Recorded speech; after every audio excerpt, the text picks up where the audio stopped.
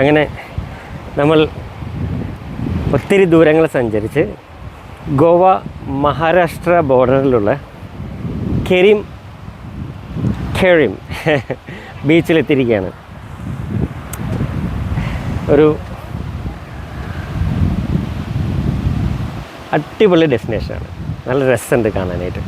ഒരു വല്ലാത്ത വ്യൂ ആണ്. ഇതാണ് അതിൻ്റെ ആ വ്യൂവിൻ്റെ ഒരു ഭാഗം.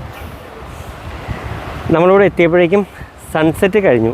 കാരണം നമ്മൾ ആരംഭോൾ ബീച്ച് കഴിഞ്ഞ് അവിടെ നിന്നൊരു 8 കിലോമീറ്റർ കൊണ്ട് ഉള്ളിലേക്ക് വരേണ്ടി വന്നു ബീച്ച് എത്താനായിട്ട്. ഇതേതോ നദിയും കടലും ചേരുന്ന പോലത്തെ ഒരു ഫീലാണ് അവിടെ. ഭയങ്കര രസമുള്ളൊരു സ്ഥലം. വേണ്ട എന്നുണ്ടെന്നൊക്കെ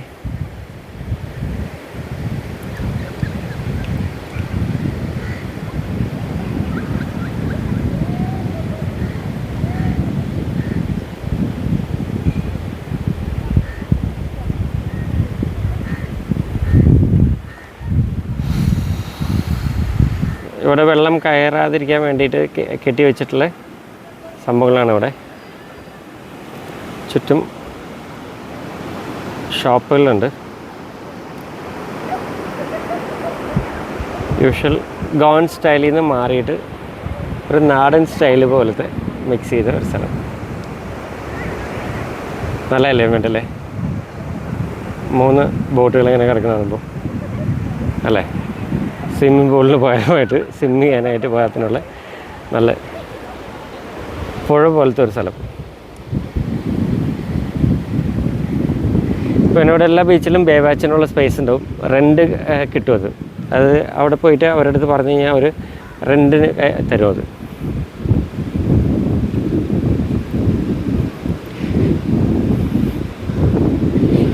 നല്ല എന്താ പറയുക, ഒരു കിടിലൻ മലയുടെ താഴ്വാരത്താണ് സാധനം ഉള്ളത്. തൊട്ട് താഴ്വാരം. നമ്മൾ അകലെ നോക്കണമായിരുന്നു മിക്കവാറും സ്ഥലത്ത് ഗോവയിൽ നമ്മൾ മല കാണണമെങ്കിൽ. ഇത് തൊട്ടടുത്താണ് ആ മല. ചുറ്റിനും കാറ്റാടികൾ. വേണ്ട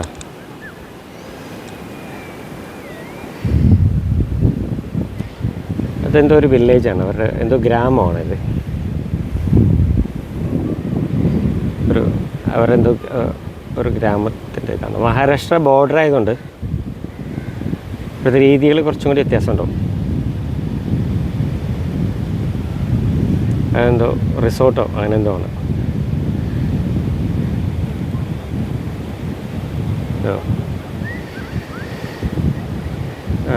വലിയ തിരമാലകളൊന്നുമില്ല, ചെറിയ തിരമാലകളുള്ളൂ. പക്ഷേ അകലെ തിരമാലകൾ വരുന്നത് നമ്മൾ കുളിക്കാൻ ഇറങ്ങുന്നതിൻ്റെ കുറേ അകലെയാണ്.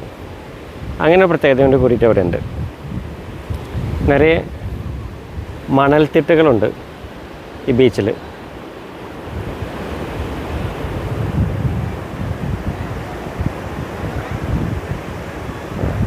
ഫിഷിംഗ് ബോട്ടുണ്ട്, അത് രസമാണ്, നമ്മൾ കണ്ടിരുന്നു. വേണ്ട അപ്പുറത്തും നമ്മൾ ആരംഭോളിൽ പോയി കണ്ടില്ലേ, ആ ബീച്ചിൻ്റെ ഒരു ഭാഗം ആണ്. ആ മല കയറി ഇറങ്ങുന്നത് ഇങ്ങോട്ടാണ്. അപ്പോൾ ആ ഒരു ലാൻഡ്സ്കേപ്പാണ് അവിടെ കാണുന്നത്. നല്ല രസമുള്ള മനോഹരമായ സ്ഥലം.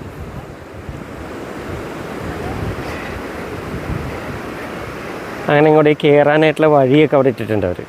നല്ല രസമായിട്ട് അതിൻ്റെ ഇടയിൽ കൂടെ കയറാനായിട്ട് കാണിച്ചു തരാതെ.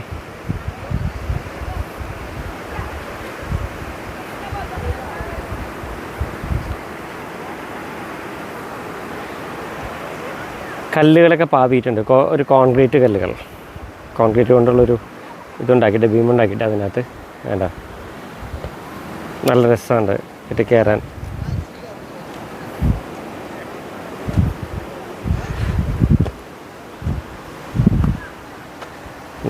ഈ വഴി ഇങ്ങനെ കയറാം നമുക്ക്. ഇവിടേക്ക് വന്നിരിക്കാൻ ഭയങ്കര രസമാണ്. ബൈവാച്ചിന് വേണ്ടിയിട്ട് ഒത്തിരി സ്പോട്ടുകൾ അവർ ഉണ്ടാക്കിയിട്ടുണ്ട്.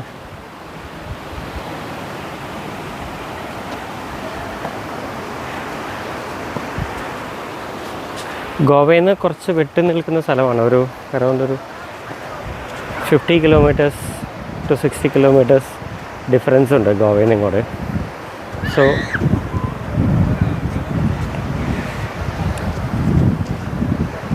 അതുകൊണ്ട് തന്നെ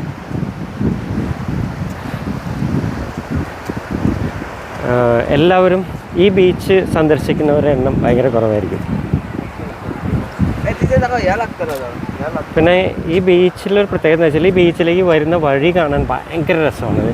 കാറ്റാടി എന്ന് നമ്മൾ ഒറ്റവാക്കിൽ പറഞ്ഞു. ചെറിയ മരങ്ങളല്ല, വലിയ മരങ്ങളാണ്. ഒരാൾ വട്ടമെത്തിയ പിടിക്കാൻ പറ്റാത്ത അത്രയ്ക്കും വലിയ കാറ്റാടി മരങ്ങളാണ് കേട്ടോ, ചെറുതല്ല. കണ്ടോ, ഇത് മനോഹരമാണെന്ന് നോക്കി.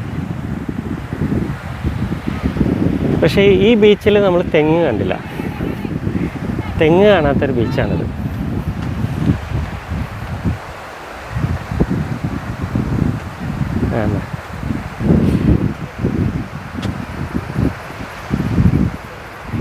ഇത് മറ്റേ മീൻ പിടിക്കാൻ പോകുന്നവർ അവർ ഇരിക്കാൻ ഉണ്ടാക്കിയിട്ടിരിക്കുന്ന, ലോക്കൽസ് ഉണ്ടാക്കിയിട്ടിരിക്കുന്ന ഒരു ചെറിയ ഹട്ടാണ്. മറ്റേ ഉച്ച സമയത്തൊക്കെ വേണ്ട ഒരു രസമുള്ളൊരു ഹട്ടും നല്ല കാഴ്ചയൊക്കെ ആയിട്ട്. ചെറിയ എന്തോ ഒരു ചെടി ഇവിടെ ഉണ്ട്. ചെടികൾ നമ്മുടെ വീക്ക്നെസ്സാണ്. രസമുള്ള ചെടി, ഞാൻ ഇതുവരെ അങ്ങനത്തെ ചെടി കണ്ടിട്ടില്ല.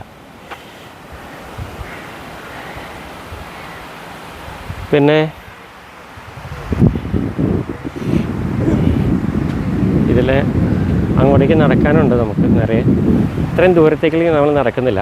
പകരമായിട്ട് നമ്മൾ തിരിച്ച് നമ്മൾ ഇതിൻ്റെ മറ്റൊരു കാഴ്ചയിലേക്ക് പോകണം. നൈസല്ലേ?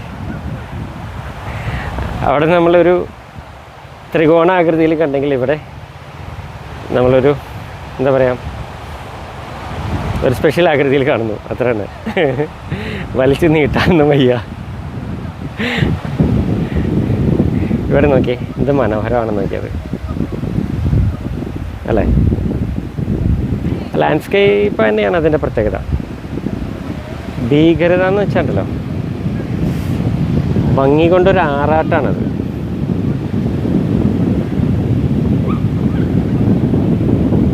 വേണ്ട, വൈഡിൽ പോകാം. അപ്പോഴാണ് നിങ്ങൾക്ക് അതിൻ്റെ ഫീല് കൃത്യമായിട്ട് കിട്ടുള്ളൂ. ഞാൻ ആസ്വദിക്കുന്ന ആ ഫീല് കിട്ടണമെങ്കിൽ ഇവിടെ വൈഡ് വേണം. കാരണം അത്രയും ഏരിയ ഉണ്ട് ഇതിനകത്ത്.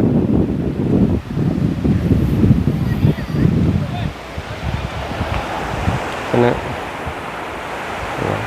സൺസെറ്റ് കഴിഞ്ഞതിന് ശേഷമുള്ള ഒരു ഇത് കണ്ട, അതിൻ്റെ ഫീൽ കാണിച്ചു തരാവേ. നൈസല്ലേ? ആ ഒരു ലൈറ്റ് ഇപ്പോൾ ഒരു റെഡ് ലൈറ്റ് ഇപ്പോൾ ചെറുതായിട്ട് സൺസെറ്റ് കഴിഞ്ഞു. അപ്പോൾ അതിന് ശേഷമുള്ള ഒരു ഫീലാണത്.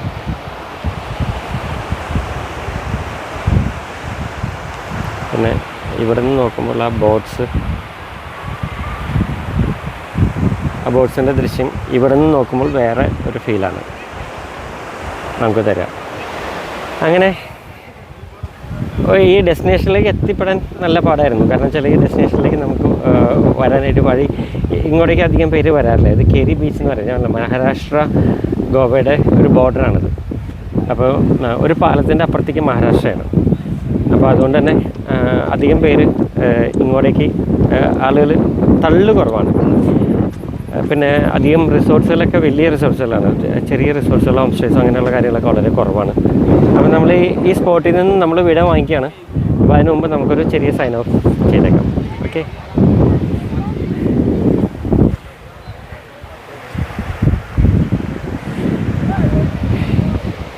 ഇനി നമ്മൾ ഇതിൻ്റെ മറ്റുള്ള ഭാഗങ്ങളിലേക്ക് പോകുന്നു. ഇതിൻ്റെ ബ്യൂട്ടി വേറെ സ്ഥലത്താണ്. അപ്പോൾ അങ്ങോട്ടേക്ക് പോകുന്നു. അപ്പോൾ നമ്മൾ കേരി ബീച്ചിൽ നിന്നും സൈൻ ഓഫ് ചെയ്യുന്നു. ബൈ.